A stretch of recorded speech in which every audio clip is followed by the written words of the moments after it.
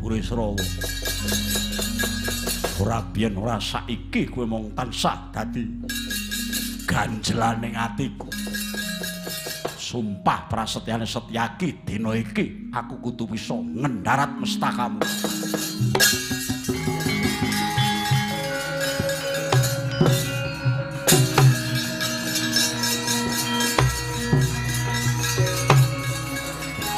Yo.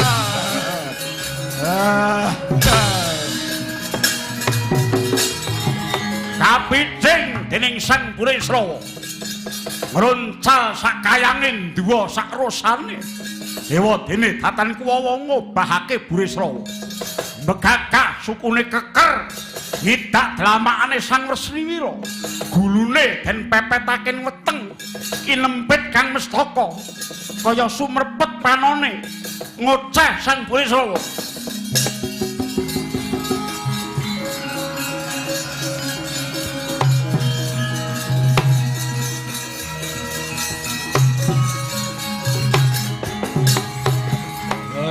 Ayo kowe modar kowe Setyaki kake muni andek kuna kemethak nganggo jeneng Bima Kunthing barang wah jebul ora cocok karo nyatane kowe mung kaya wedhus brucul. Aku krungu Setyaki kowe ning endi-endi kowe ngabar-ngabarke jare mesti Bratayuda arep mateni Burisrawa. Embel gedhes endi buktine? Kowe wis tak biding. Mateni apa lagi sak unjutan kowe? Wis klipuk Ayo. Arep tak nggo dolanan Gusti Aki. Wah, bangsat elek Burisra. Aku wis agul dadi senopati tegese wani mati. Apa nek wis mbok piting kaya ngene iki aku terus cilik atiku, Drun. Upama atimu ora cilik ning nyawamu saiki wis ning bun-bunan ngene ngerti. Kowe mudyar ora let suwe kakangmu Ndarawati Kresna ya mati. Sing urip mung kare Mbok Mbadra.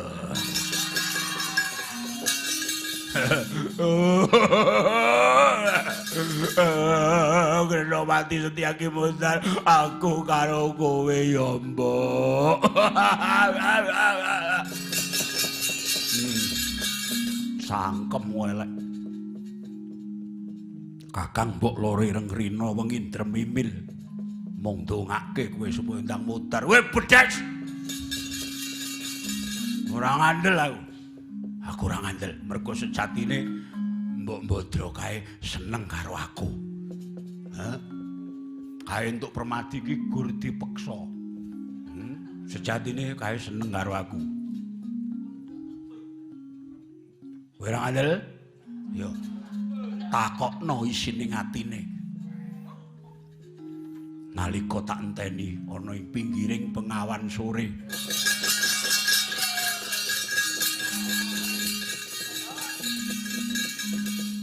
Karo ngendi kae sing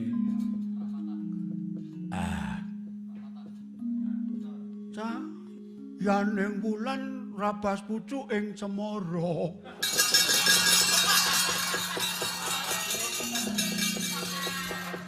Lah dek tekan ngendi-endi. Kowe apa-apa apal aku sembok. Wis arep mati waton mangap ora ngilo karo gethokmu. Nyenengi wong ora diglape kowe nekat. Ora sandeleme ngecomang. Kowe mung kari ngenteni mbok. Sak karepku nggon kuwi mlotot nyawamu ora nggo dolanan sak kayange. Biar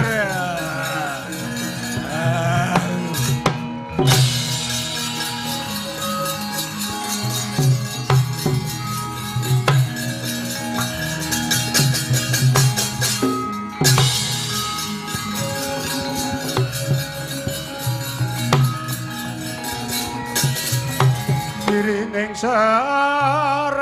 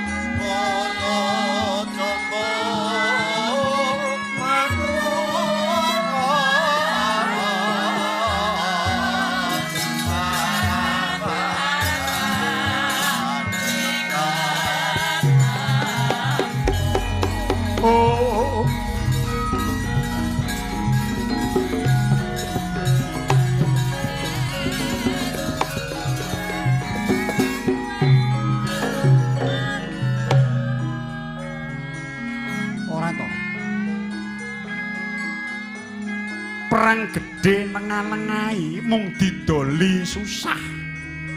Ditangi sono nganti entek lohmu Abimanyu ora bakal urip meneh. Malah pun Kakang krungu pawarta yen to Janaka wis eleh gaman. Tegese Bratayuda iki ndang rampung merga Siadi wis ora duwe greget perang. Upama to Kresna dudu botoh tur entuk perang mesti tak rampungi dhewe Janaka.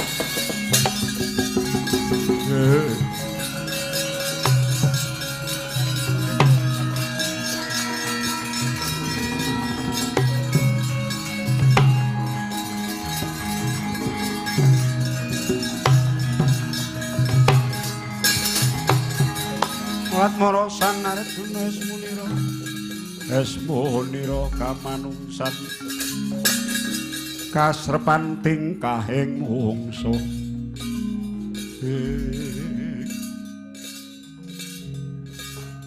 Petro lho ndaramu wiwit esuk umun-umun mau ya mung ngono kuwi apa wit esuk to Gong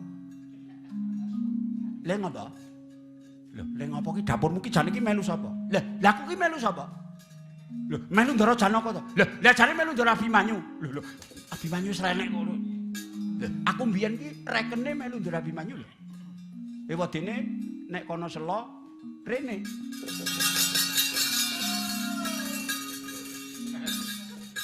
iki nek cak Guneman kok radong iki Ndara Janaka iki wis susah wit mau wis mau wis gugure Ndara Abimanyu mbiyen kae dembe kae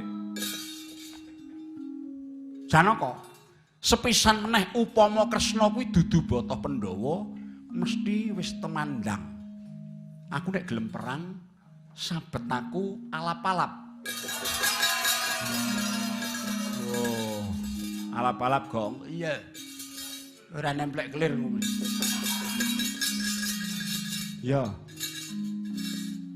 ya kowe ngerti perangi Kresna apa piye ning isane Kresna bisaku ya mung nata mernahke ngendoni ngencengi ngajokke ngundurke Setyaki wae tandange ngedapi-dapi tanpa mundur ngetok kaprawiran pirang-pirang dina tanpa kesel mbabati mungsuh mateni wong pirang-pirang ewu jebul sing dilabuhi malah mung seleh gegaman yen ngono Setyaki ben mulih apa piye piye Gong ya aku sisan kowe ya mulih no ngopo dadak ngenteni esuk apa ora mesak ora mesake nek ngene iki kudu dinas nek omonge jam 2 ya jam 2 arep didawak-dawakke pek agek seneng-senenge Bagong ya Truk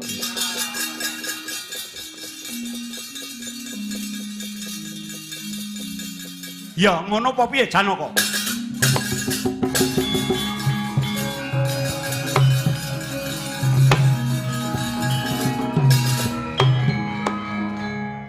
kowe arep nyandi jare kon perang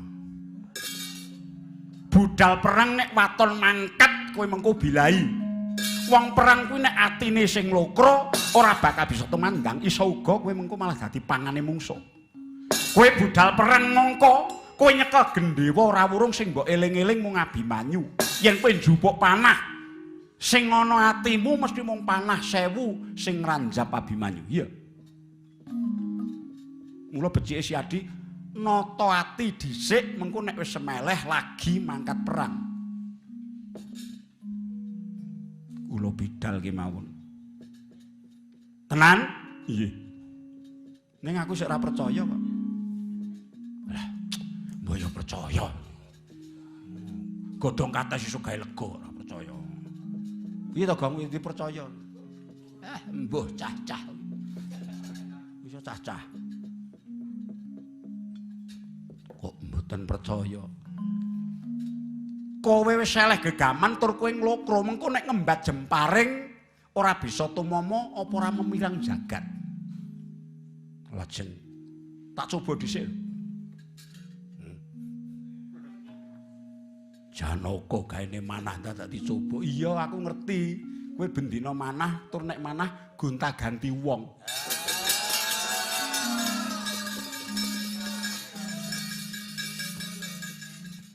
ora mudeng rembukane wong apa kok ABG tua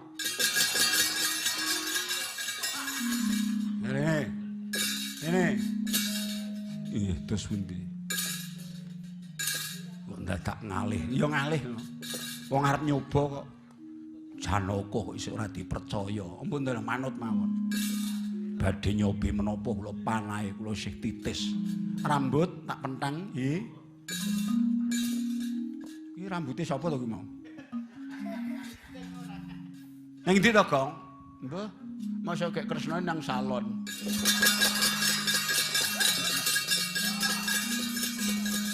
kuwi guneman apa tempiling isan ya rambut iki tak pentangane panan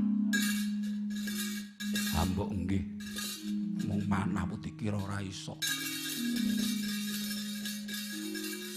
Ah, kurang minggah. Dipaske nggen gulu. Wong edan iki guluku ngono apa piye? Wong Petruk ngajani kok, Mbok. Mentang gandhe wadya tung gendelah. Cito. Gitu. Sito. Ah, kendange pilek iso nduwen senenge Raja Mas. Kula panahipun. Ya panan ngene. Ning aku ora cedhak-cedhak lho, rada rene. Apa dikira ora weruh kae?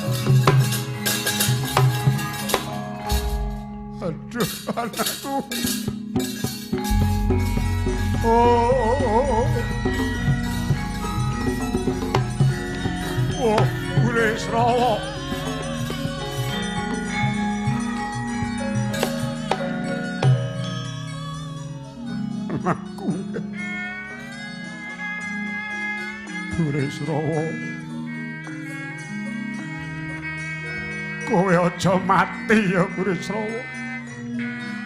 Iki tanganmu sempal. Burisrawa.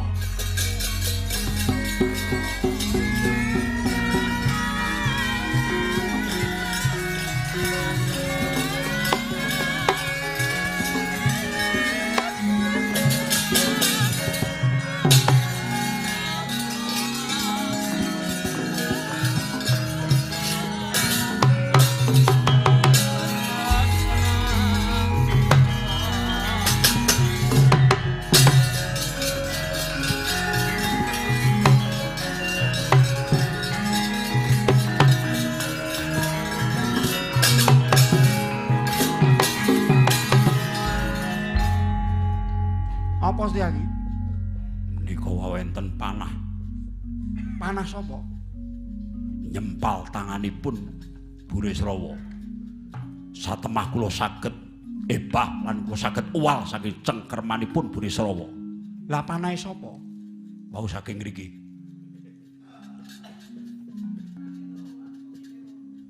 Sinten ingkang ngrebut mengsah kula? Ora ana wong ngrebut. Sapa to, Gong? Mau kenek wong latihan. Lah kok latihan apa kok yahene kok latihan iki? Wong kok guru latihan.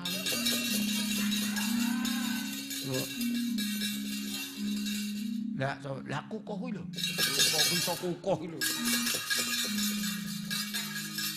Kedah ngaken. Lho, lah panahe sapa? Mangruwin.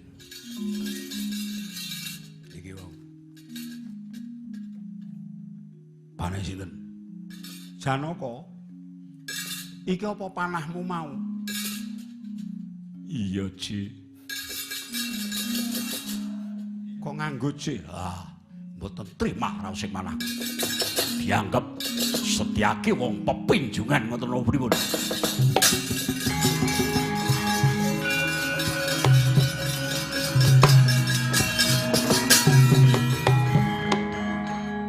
Kowe aja kleru tampa Setyaki. Terus pundi nyatanipun ngaten. Kosik to. Bener panah Janaka. Ngeneki Burisrawa tangane sempal mencelat anggenipun miting kula saged owal tegese Setyaki bisa owal saka pitingane mungsuh merga pitulungane wong. Lho, sing nulungi kok lah sing gadah panah. Aku manah rambut. Rambute sapa?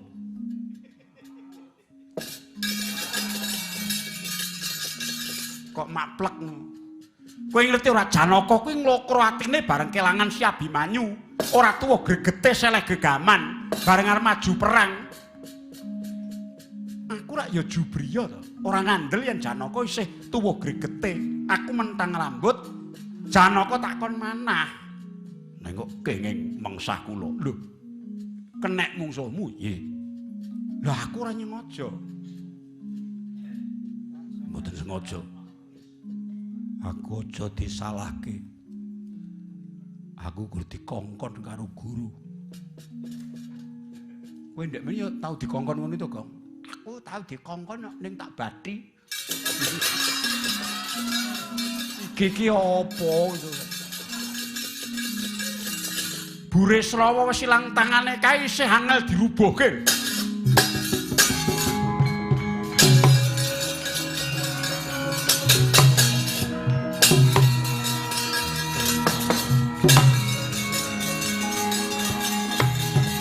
Oh, Burisrawa.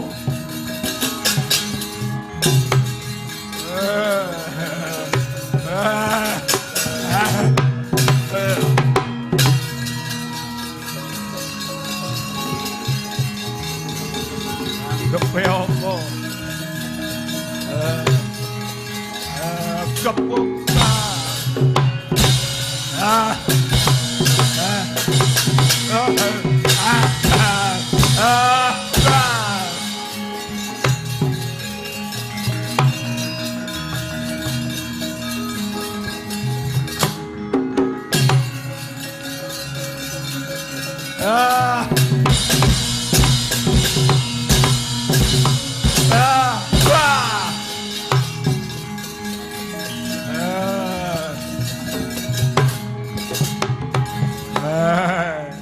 Gadaku sampyo kaya gadamu wesi kuning.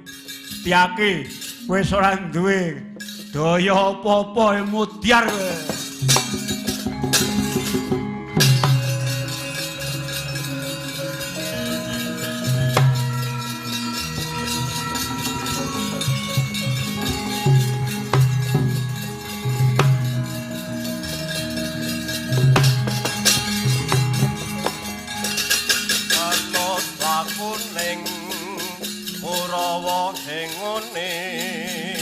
Patine sang Abimanyu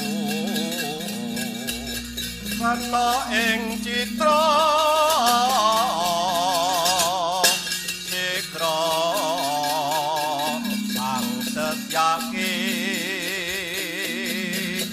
mata ngambil sanjata.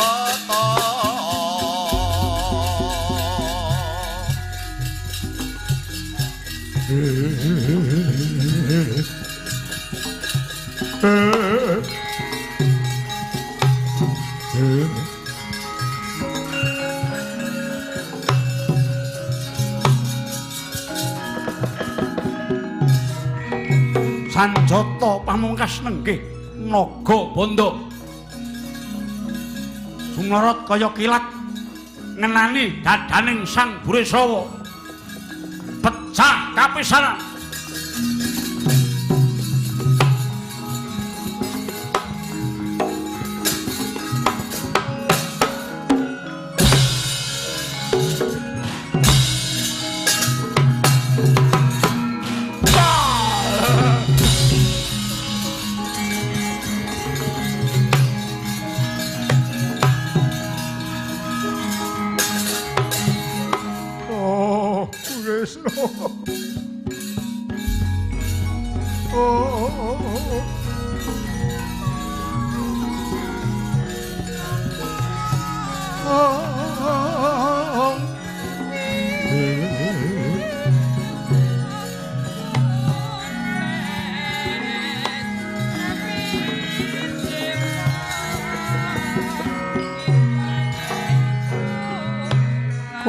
mati tenan Burisrawa.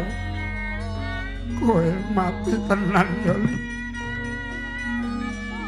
Kowe wis tak elekke ora gugu keteman. Kowe diperjaya karo Setyaki Burisrawa. Ibumu Setyawati yen krungu piye?